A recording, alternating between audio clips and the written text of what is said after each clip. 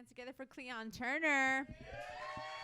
Yeah, I love that. I love when I just say a name and everybody goes ape shit.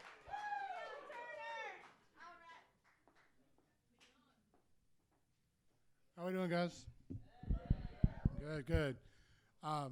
So I've been writing a lot lately, and strictly through coincidence, all the comedy I'm writing right now has one basic idea, and that is at 36 years old, I am nowhere near ready to be an adult. Like, I'm not even close. Nothing in my life even whispers at the idea of maturity or responsibility. It's so bad that when I was trying to write this joke, I literally spent 10 minutes trying to come up with another attribute that you would put for an adult, and I had nothing. Sitting at my desk, maturity, responsibility, and shit. They're going to have to be okay with two. And the thing is, it doesn't bother me that I'm where I'm at, but it bothers my family.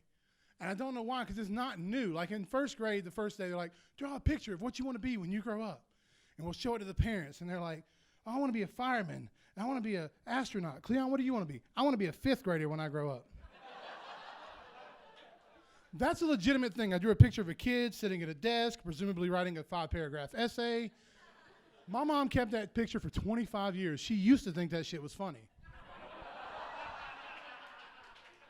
And the thing is, they're surprised by where I'm at, and I don't know why. Like, I'm the oldest child, family screw up.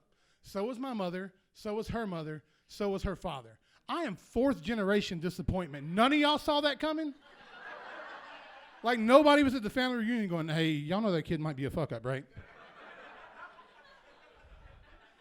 What really bothers my family is at 36, I'm not married. I come from a mostly rural family, hopeless romantics, to the point where at 13, my mother sat me down. We had the birds and bees talk. And she finished it with this sentence, and I've always remembered it. She goes, Cleon, it'll all make sense when you find the one. So I wrote a letter and asked Keanu Reeves to the middle school dance.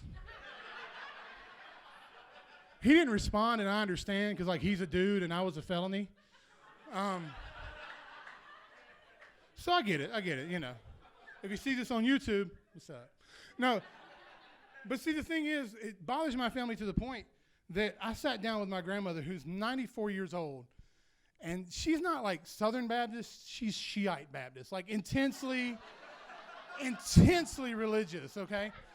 And after a very long, very awkward conversation, it became clear that she was not going to be able to say what she was trying to say, so she handed me a handwritten note. She does that, it's beautiful, whatever. And the last 3 lines I'm going to quote for you because I don't know how else to do it. She said, Cleon, I know during your time in college you never experimented with alternative lifestyles, comma, not once during the entire decade. By the way, my grandmother's a smart ass. There's no need to bring that up right now, but it's okay.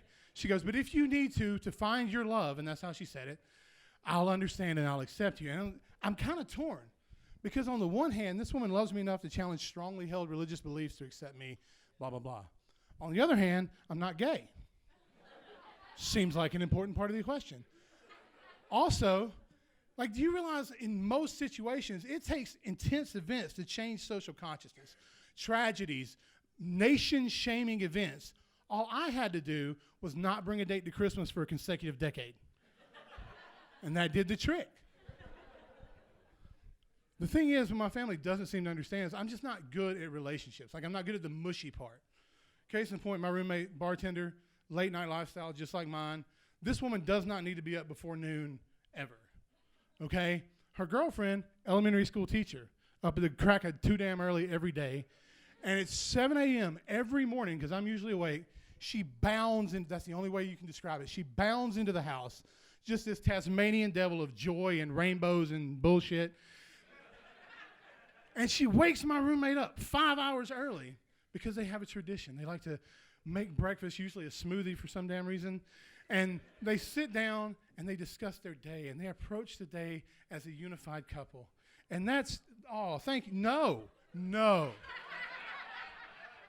That's, if anybody ever wonders why I'm single, that's it right there. Aw.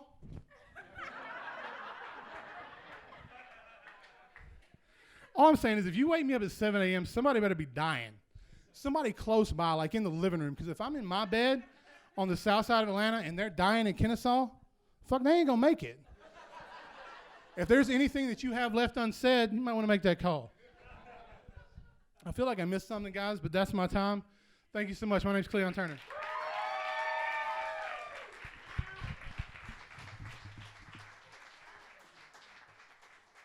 One more time for Cleyon Turner.